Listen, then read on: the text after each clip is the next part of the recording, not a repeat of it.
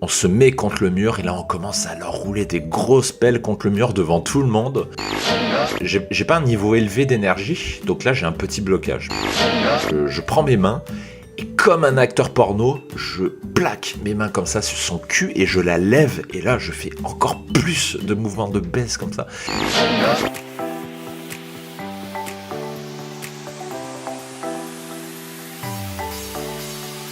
Bonjour à tous, je m'appelle Mike et je vous souhaite la bienvenue sur le podcast Le Dragueur de Paris. L'émission du Dragueur de Paris vous expose des récits de drague personnels et des confessions intimes d'un ancien timide devenu séducteur pour vous permettre de profiter à fond de votre célibat.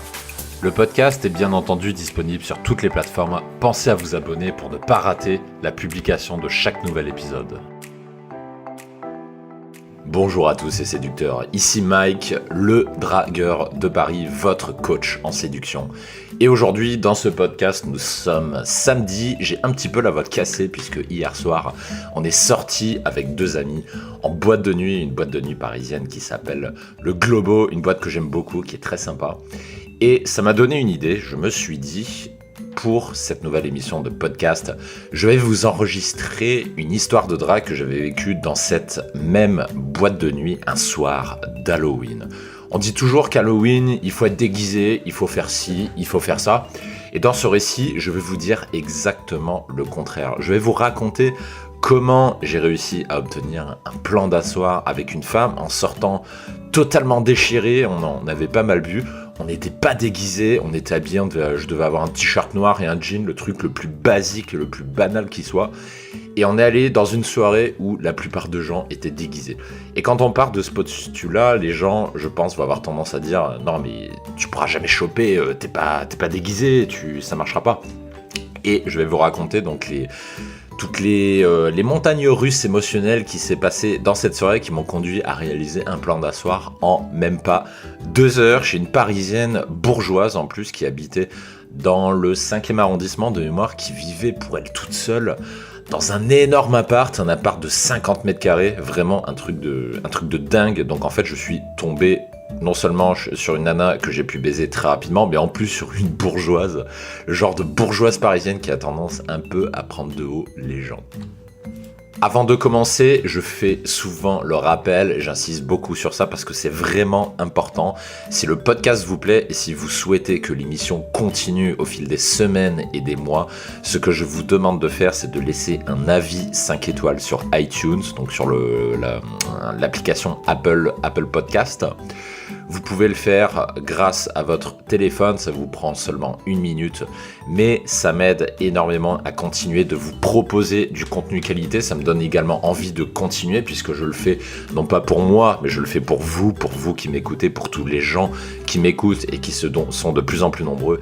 Et comme j'ai envie de continuer justement de vous donner ce contenu, j'ai besoin de vous, donc j'ai besoin de votre soutien en me laissant un bon commentaire et une bonne appréciation. Sans plus de transition, on passe tout de suite au récit qui vous intéresse, la soirée Halloween sans déguisement. Nous sommes un soir d'Halloween, je ne sais plus en quelle année c'était il y a 2 ou 3 ans de mémoire, quelque chose comme ça.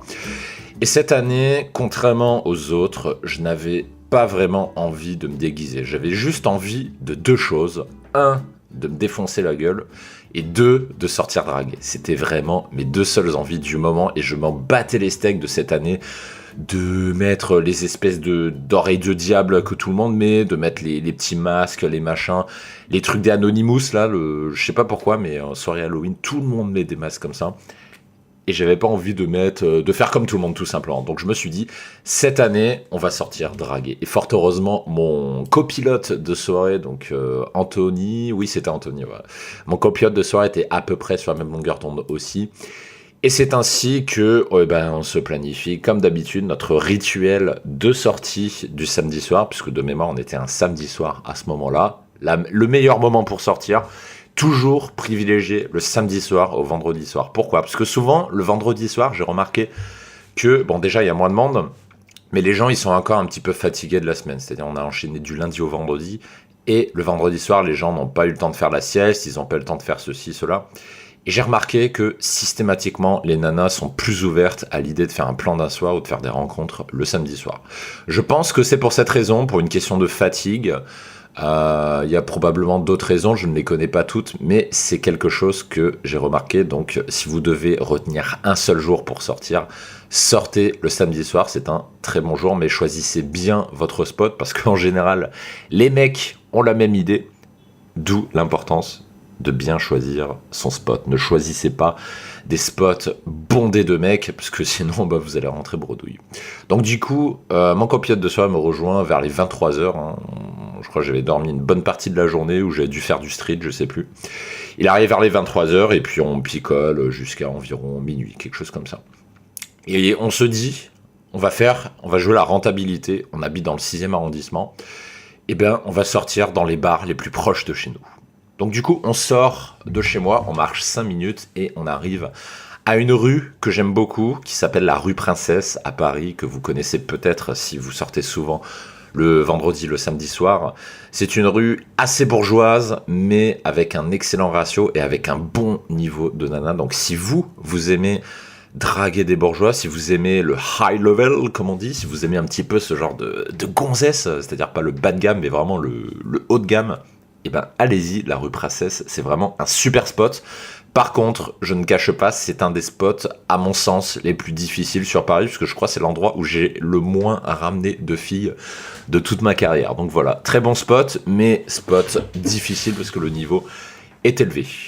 Et mon pote avait des entrées gratuites pour un des bars qui normalement était payant. Et du coup, on va dans ce bar-là, donc dans la rue Princesse. Mais pour l'instant, c'est un peu la déception. Je sais pas pourquoi. Il n'y a pas grand monde. Du coup, on se dit, on va pas rester dans cette rue, apparemment. D'habitude, il y a plus de monde, mais là, je sais pas où sont passés les gens. Ils ont dû aller dans des gros complexes ou dans des soirées privées, peut-être. Mais ce soir-là, il n'y avait pas grand monde. Donc, on se dit, plan B, on va aller dans notre QG, la boîte de nuit où on aimait beaucoup aller à cette période. Et vous l'avez deviné, puisque j'en ai parlé en introduction du podcast, c'est le Globo. Alors, le Globo, c'est un endroit qui fait scandale parmi mes potes parisiens. Soit on aime, soit on déteste. Mais en général, il y a les gens, ils sont pas entre deux feux, ils sont pas entre deux à dire ouais, c'est pas mal, etc. Pourquoi on aime ou on déteste ? Parce que le Globo, c'est une boîte de nuit, donc à côté de Strasbourg-Saint-Denis, pour ceux qui habitent à Paris. C'est une boîte assez jeune, il y a beaucoup de nanas de 20-25 ans, il y a très peu de nanas plus âgées que 25 ans. Et ce qui est un peu chiant dans cet endroit, je le reconnais, c'est la musique. Pourquoi ? Parce que la musique, c'est toujours la même chaque soir. Et qu'est-ce qui passe tous les soirs comme musique ? Il passe les années 80, Émile Images, Indochine, la musique de Titanic, l'aventurier de Indochine. Tous les soirs, il passe ça. Tous les soirs. Donc si vous y allez une fois par mois, c'est pas très gênant. Par contre, si vous êtes un peu comme nous, si vous êtes des queutards dans l'âme et que vous y allez tous les week-ends, vous risquez de vous lasser. Donc le point négatif de cet endroit, c'est la musique. Par contre, il y a beaucoup de points positifs. Il y a un ratio assez cool, assez équilibré. En général, il y a 60% de mecs, 40% de femmes, donc ce qui est plutôt bien pour une boîte de nuit. C'est assez grand, il y a beaucoup de monde, il y a de la place, le dance floor est énorme, le fumoir est grand aussi, il y a 2 bars, donc franchement, c'est à ce niveau-là, c'est vraiment les grandes qualités de l'endroit. Et c'est pour ça qu'à cette époque, on y sortait tout le temps. Le truc, c'est que on avait des entrées gratuites avant 1h du matin. Et comme il est déjà minuit 30, au moment où on sortait de la rue Princesse, on s'est dit on va aller directement au Globo. Donc mon pote prend les entrées gratuites sur internet, ça c'est quelque chose que vous pouvez, j'ai plus le nom du site, mais si vous cherchez sur des sites comme Soon Night, Facebook, etc., vous pouvez arriver à trouver des entrées gratuites pour sortir en boîte de nuit sans payer. Donc n'hésitez pas à le faire. C'est un petit peu comme à Ibiza. À Ibiza, très souvent, à Barcelone aussi, ça m'est arrivé une fois. L'expérience la plus mythique, mais ça se voit à Paris aussi. Quand j'étais à Barcelone, je voulais aller au Pacha, une très très grosse boîte de nuit, très renommée, très hype, très haut de gamme. Et je voulais y aller. Et genre, c'était 50€ l'entrée. Un truc comme ça. Puis j'étais avec mon pote, on fait putain, c'est nul. Puis on se barre, on marche 20 mètres, Et là, on tombe sur un gars, comme ça, qui distribue des espèces de flyers, des petits tickets. Et le mec, il nous dit, voilà, si vous y allez avant 1h du matin, vous avez entrée gratuite avec une conso. Ah ouais, d'accord. Donc là, ils ont essayé de nous faire payer 50 € sans boisson. Et là, on fait 20 mètres et on trouve un mec qui nous donne des flyers comme ça, entrée gratuite, boisson. Ok. Et on a cru que c'était une arnaque et finalement, on a pris les tickets, on a fait demi-tour, on est revenu tout content, on a grillé la queue et on est rentré. Comme ça, on n'a rien payé, on a eu une boisson gratuite, un truc de taré astronomique. Et sur Paris, c'est exactement pareil, à part que vous n'avez pas des gens qui distribuent des flyers dans la rue, il faut aller chercher les bons plans sur Internet. Donc quand vous avez des entrées qui sont payantes, allez chercher les bons plans, puisque pour les boîtes de nuit, il y a souvent des entrées gratuites avant telle ou telle heure, si vous vous inscrivez sur un site ou quelque chose. Donc allez chercher sur Facebook, allez chercher sur des sites comme Soon Night et compagnie, souvent il y a des bons plans comme ça. Du coup, on prend le métro, ligne 4, on fait, il y a un peu moins de 10 arrêts, quelque chose comme ça. Et on arrive sur place, Strasbourg-Saint-Denis, on sort. Et on arrive au Globo. Évidemment, comme on a nos entrées, on grille directement la queue. Ça, c'est toujours un moment jouissif. Le moment où on grille la queue. Les gens qui nous regardent comme ça en mode oh, mais qu'est-ce qu'ils font? Ils passent devant tout le monde. Oh. Et à chaque fois, ça me fait rigoler. Et on grille la queue, on monte le pass et on rentre sans payer. Alors que les autres faisaient la queue pour avoir l'entrée à 20 balles, parce que c'est 20 € l'entrée si vous ne connaissez pas le bon plan, et ces gens-là ne connaissaient pas le bon plan. Il fallait juste, 1, s'inscrire sur un site, 2, venir avant 1h du matin. Et ces gens-là venaient avant 1h du matin, mais ils ne s'étaient pas inscrits sur le site, donc ils payaient 20 €. Et nous, on est rentrés tranquilles.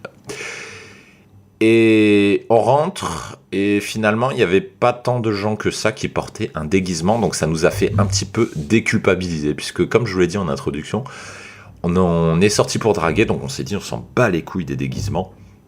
Et en fait, il n'y avait pas tant de gens que ça qui étaient déguisés. Donc c'était vraiment appréciable, c'était une bonne surprise, alors que dans les rues, on trouvait énormément de gens qui étaient déguisés. Donc c'était pas le cas dans cette boîte, donc bonne surprise.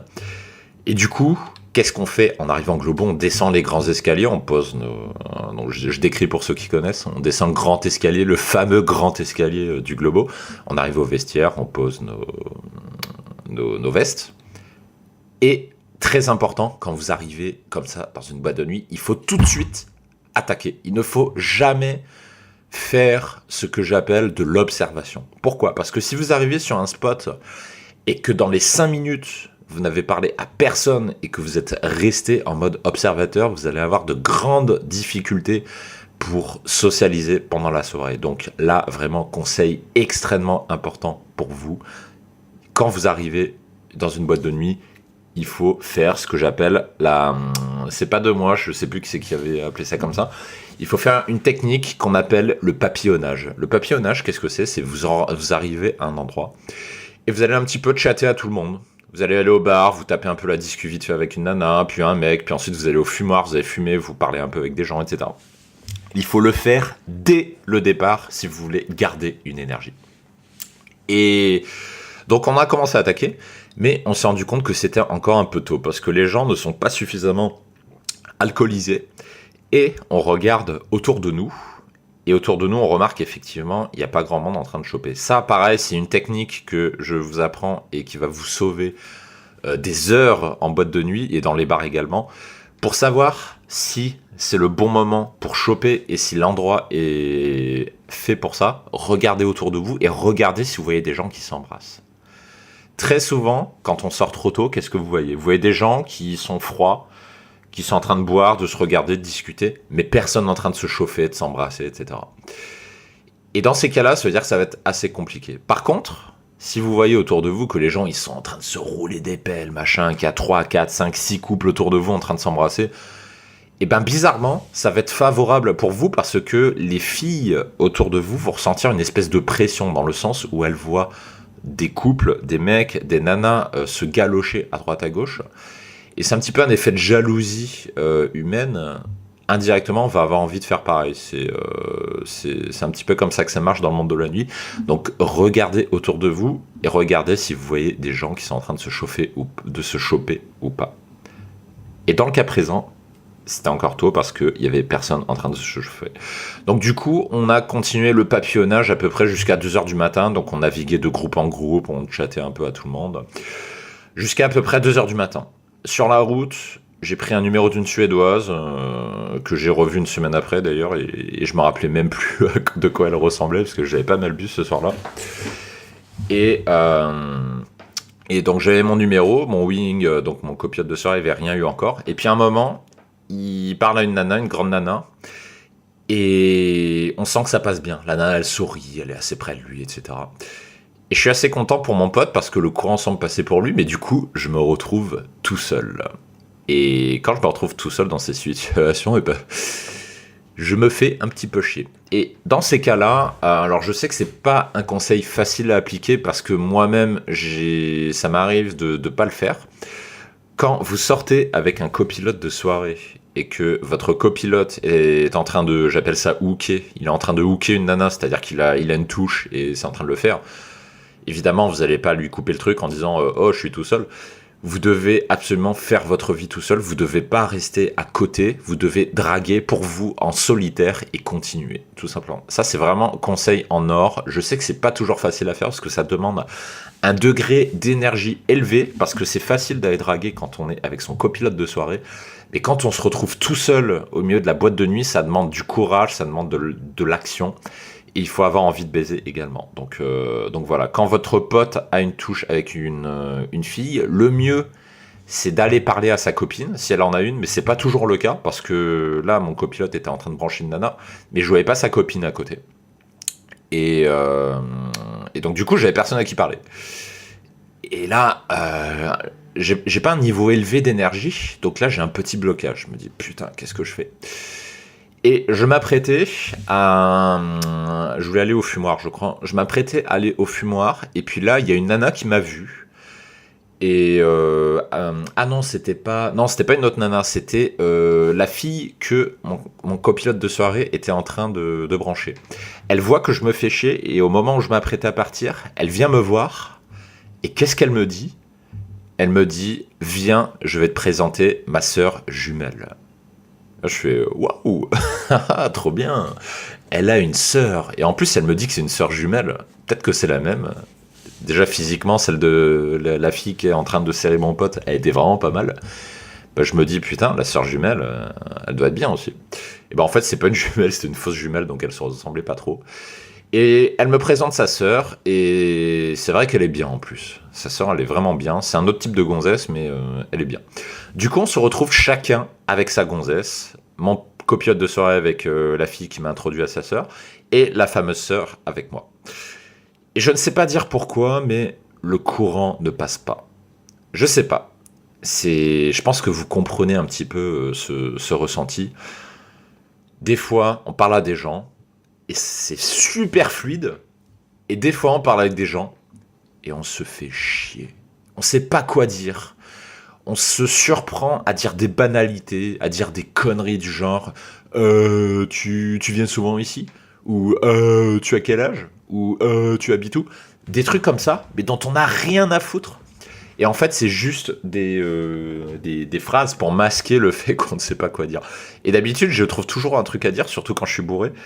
Mais là, j'avais vraiment un blocage, je savais pas quoi dire. Donc du coup, j'ai fait la conversation pendant 5-10 minutes. Et dans ma tête, ça a été clair que elle, je n'allais pas réussir à la choper. Et du coup, je l'ai occupé un certain temps pour que mon copilote de soirée puisse conclure avec la sienne, ce qu'il n'a pas manqué de faire, puisque 5 minutes après, il réussit à l'embrasser.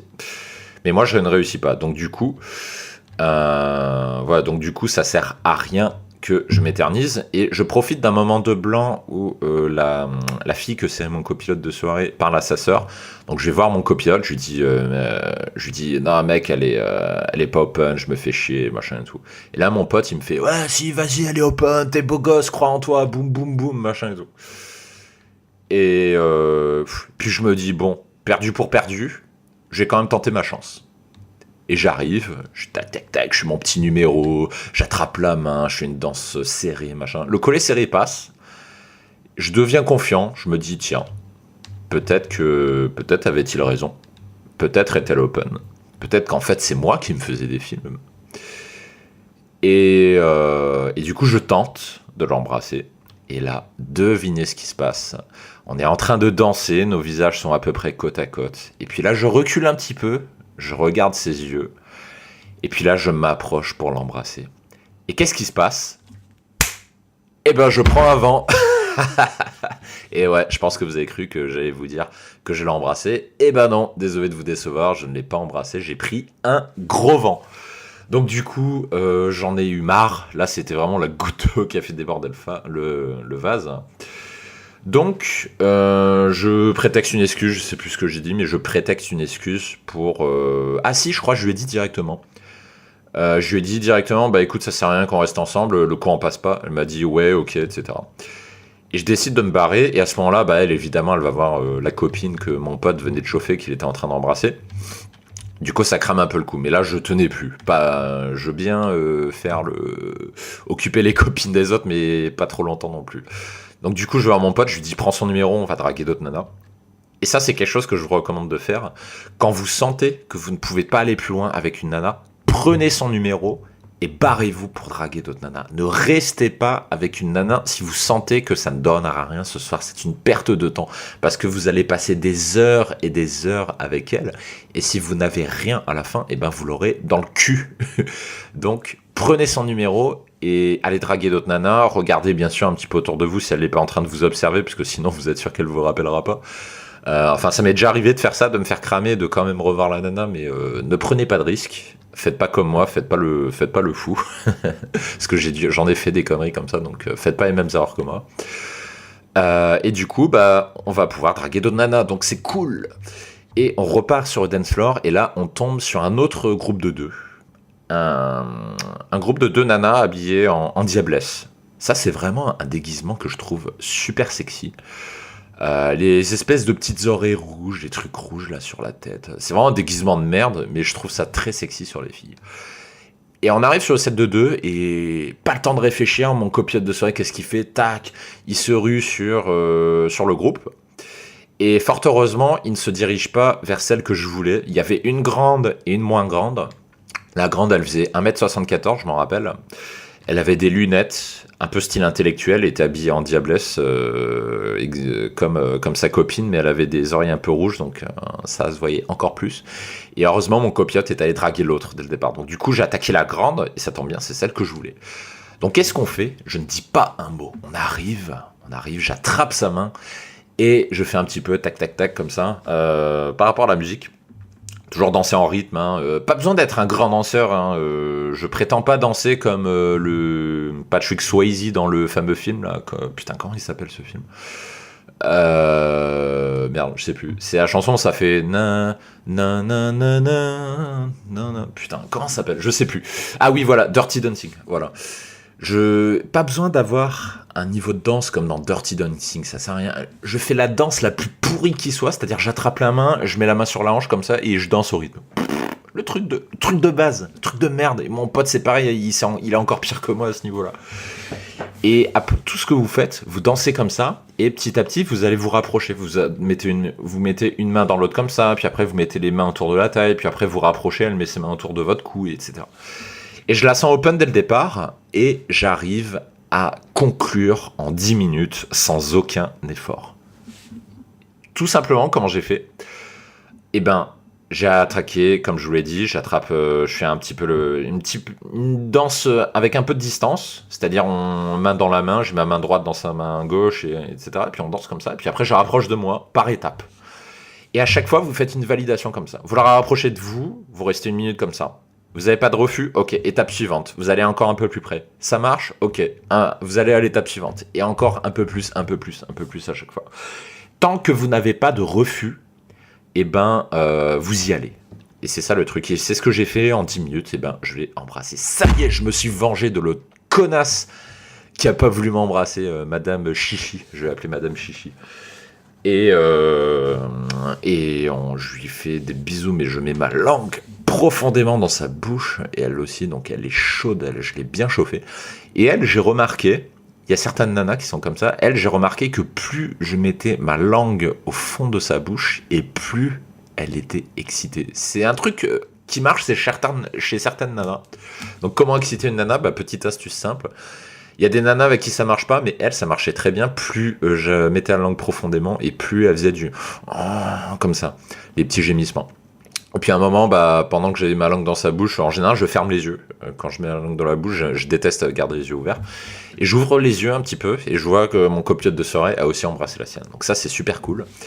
Et on est en train de se chauffer à coups de langue, on s'embrasse, ça chauffe de plus en plus, un truc de fou. Et puis à un moment, on part dans un espèce de délire de groupe. Alors il faut savoir que au Globo, je sais plus si c'est le cas aujourd'hui, j'ai pas fait attention. Si, je crois qu'il y est toujours.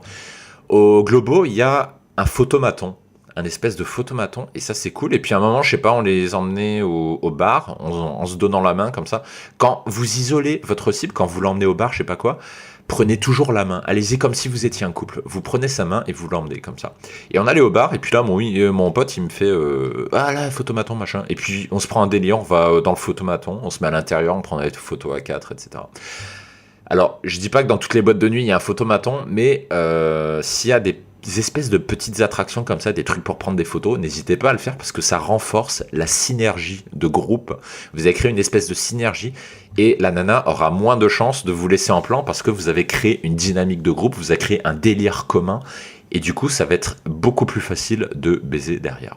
Donc, on fait le passage au photomaton, on se prend un peu en photo, etc. Donc, et on a réussi à rentrer en plus à l'intérieur, c'est ça le pire. Et puis après, on sort du photomaton.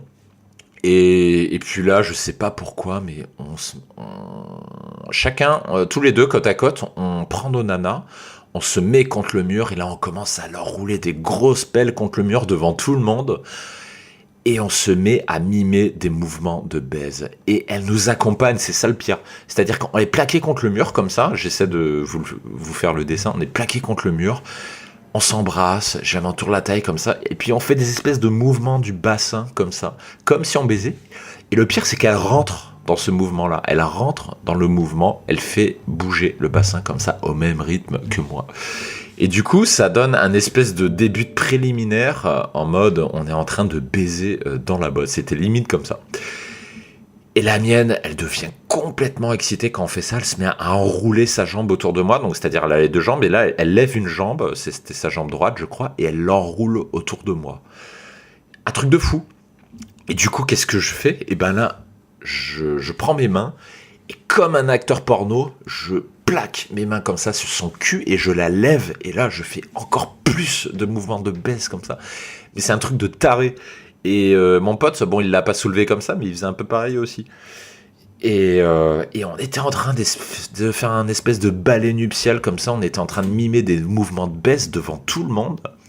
Et de temps en temps, je regardais un peu sur le côté. Il y a des gens qui nous regardaient. C'est ça le pire. Des gens nous regardaient en train de faire nos mouvements de baise.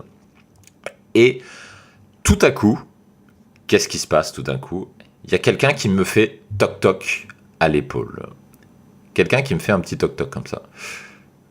Et là, je me retourne, je fais « Qu'est-ce qu'il veut, lui ?»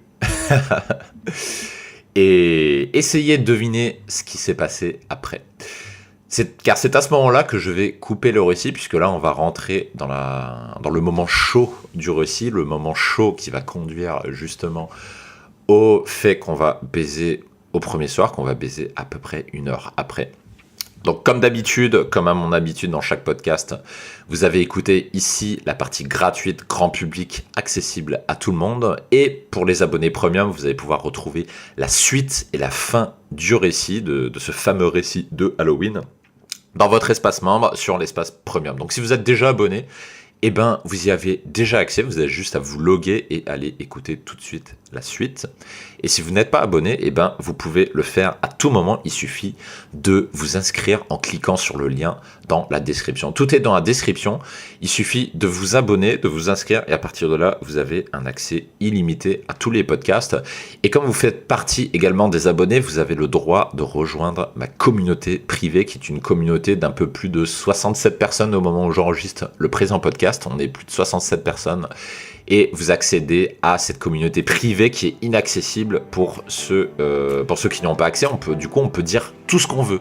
On peut être trash, on peut dire ce qu'on veut sans crainte de censure, sans crainte de se faire alpaguer par des féministes, par des rageux, qui vous voulez. On peut vraiment dire tout ce qu'on veut, donc je vous encourage à vraiment profiter de cet espace de liberté qui est à l'abri de la censure, qui prend un peu plus le pas chaque semaine en France, hein, parce que c'est un peu triste, mais la France est un peu en train de basculer dans une espèce de bien-pensance et de censure. Et pour éviter ça, eh ben, on est obligé de créer des espaces privés. Sur ce, je vous dis à tout de suite dans la deuxième partie du récit et à très bientôt pour les autres dans un prochain podcast. Ciao ciao.